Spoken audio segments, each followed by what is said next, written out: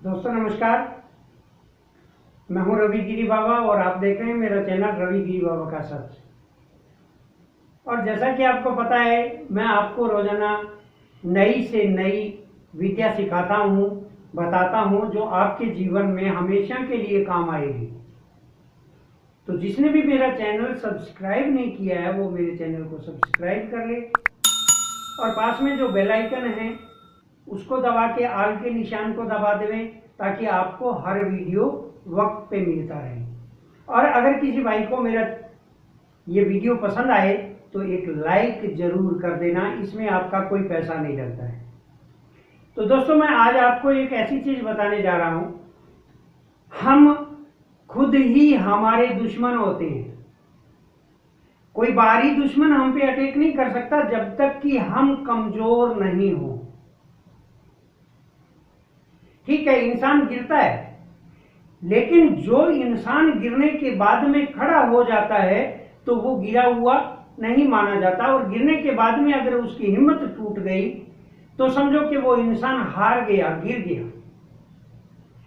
तो हम खुद की गलतियों से अपने आसपास चारों तरफ घर में नेगेटिव एनर्जी पैदा कर लेते हैं और फिर हम दुखी हो जाते हैं। तो दोस्तों ये नेगेटिव एनर्जी कहां से आती है, इसके बारे में आज आपको बता रहा हूं कि कुछ परिवर्तन आपको अपने आप में और अपने घर में कर लोगे तो कोई भी नेगेटिव एनर्जी आपका कुछ नहीं बिगाड़ सकेगी, ये मेरा दावा है। अब नेगेटिव एनर्जी क्या क्या है ये मैं आपको बताने जा रहा हूं। हम गलती करते हैं हमारे घर से। तो सबसे पहले हमारे घर में जब हम बाल वगैरह कंघी वगैरह करते हैं, मुंह देखते हैं, तो घर में बाथरूम में कहीं भी घर में दर्पण लगा है और वो किसी कारण से टूट जाता है, चाहे वो थोड़ा सा ही टूट गया, उसका थोड़ा सा कोना टूट गया, टूटे हुए दर्पण के अंदर कभी भी अपना मुंह नहीं देखो। इससे दरिद्रता आती है। जैसे ही दर्पण टूट गया उठा के उसको बाहर फेंक दो, घर से बाहर कर दो, घर में मत रखो।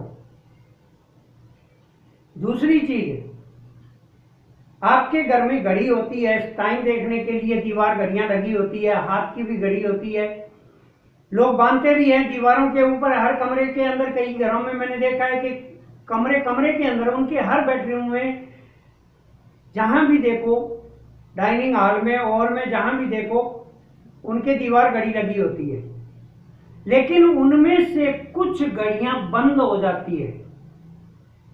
आपको क्या करना है, खराब होके बंद हो गई या उसमें आप सेल नहीं डलवा सकते, आपको पुरानी लग रही है कि कभी कर लेंगे, ऐसा नहीं सोचना, उठाओ उसको बाहर फेंक दो। या उस समय तुरंत बाजार जाके सेल लेके आओ और उसको चालू कर दो।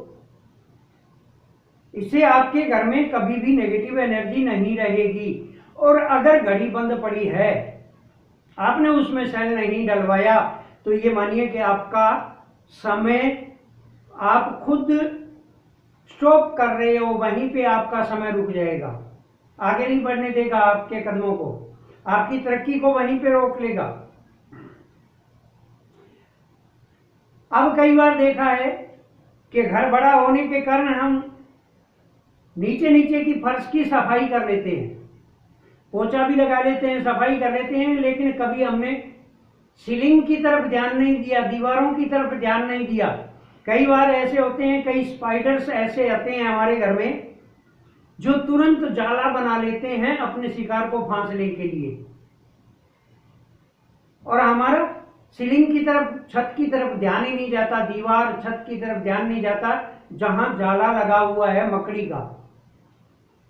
दोस्तों ये मकड़ी का जाला बहुत जल्दी हमारे घर में नेगेटिव एनर्जी पैदा करता है। इसको तुरंत झाड़ू से उतार के बाहर फेंक देना चाहिए। जाला हमारे घर में मकड़ी का जाला नहीं रहना चाहिए, वरना हम खुद अपने ही जाल में फंसते जाएंगे। मकड़ी का जाला कभी भी अपने घर में नहीं रहना चाहिए। कई लोगों को आदत होती है वॉल पेंटिंग के लिए बहुत बड़ी बड़ी तस्वीरें ला के लगा देते हैं और बहुत खुश होते हैं। उनमें कुछ तस्वीरें जो नेगेटिव एनर्जी फैलाती है, ध्यान नहीं होने के कारण हम उनको ले आते हैं, लेकिन छोटा बच्चा जैसे हमें बहुत पसंद होता है, चाहे वो बच्चा किसी का ही है, जानवर का बच्चा तो भी हमें छोटा बच्चा पसंद होता है। हम छोटे बच्चे की फोटो ले आते हैं और वो रोते हुए की अगर हम फोटो ला के घर में रख दिया, बच्चा उस फोटो में रो रहा है, तो 100 नहीं 1000% मैं कह सकता हूं कि हमारे घर में बाहर से नेगेटिव एनर्जी प्रवेश होना शुरू हो जाएगी। कभी भी हमारे घर में रोते हुए बच्चे की फोटो नहीं लानी चाहिए, चाहे वो नारी है चाहे बच्चा है। अगर उसकी आंख में आंसू दिखाई दे रहे हैं, रोने की तस्वीर है, तो उसको तुरंत बाहर कर दीजिए। आपके घर से नेगेटिव एनर्जी बाहर चली जाएगी, वरना आपके घर में जमा होती जाएगी। अगर आपके घर में किसी देवी देवता का रौद्र रूप है, जैसे महाकाली का रौद्र रूप आप देखते हैं कि शंकर भगवान को पटक रखा है, ऊपर लात अपनी रख रखी है, पैर रख रखा है और जीभ बहुत लंबी निकाल रखी है, इतनी लंबी। तो ऐसे जो रौद्र रूप होते हैं, या जिसमें किसी का वध दिखाया जाता है, कत्ल करते हुए दिखाया जाता है, खून दिखाया जाता है, ऐसी तस्वीर कभी भी अपने घर में नहीं रखनी होती है, क्योंकि इससे हमें नेगेटिव एनर्जी आती है। इस तस्वीर, अगर ऐसी तस्वीर है तो घर से निकाल के बाहर कर दो।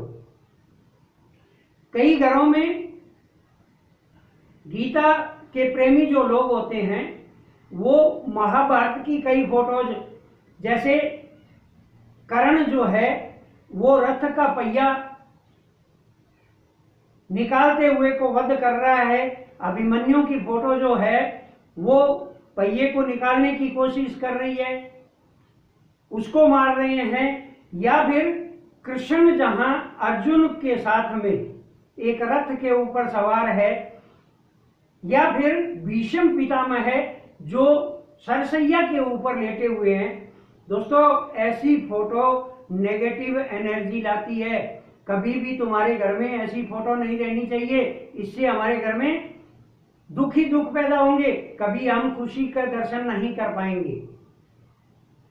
और सबसे आखिरी और बड़ी बात, 7वीं बात जो बताने जा रहा हूं, हमारे घर में किसी भी देवी देवता की कोई पत्थर की या मिट्टी की मूर्ति है, हम उसको मंदिर में रख देते हैं या कहीं अलमारी में रख देते हैं, पूजा स्थल में रख देते हैं, और वो किसी कारण से कहीं से भी खंडित हो जाती है, चाहे उसकी एक उंगली टूट गई है, उस मूर्ति को चाहे वो सोने की है तो भी उसको पिघलवा के सुनार से और सोना बनवा लो, मूर्ति नहीं रहने दो।